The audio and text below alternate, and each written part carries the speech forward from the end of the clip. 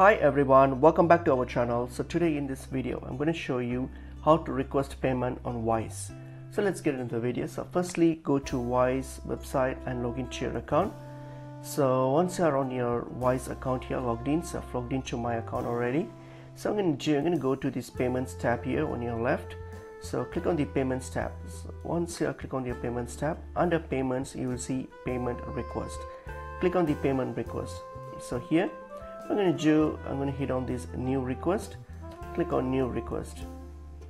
So now when you get to new request here, so you can either, what you can do, create a payment link that you can share with anyone. So if you click on this option here, click on anyone, and then what's going to do, it's going to generate a link. So hit on add amount and note. So click on an amount, any amount that you want the payment for, whatever the payment amount.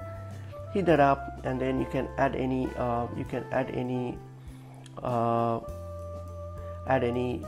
note if you want for this payment, and then what you're going to do is click on create payment link. So this will generate a payment link that you can share it to anyone on any medium, and all they have to do is just click on it and make the payment. So this is one way of doing it.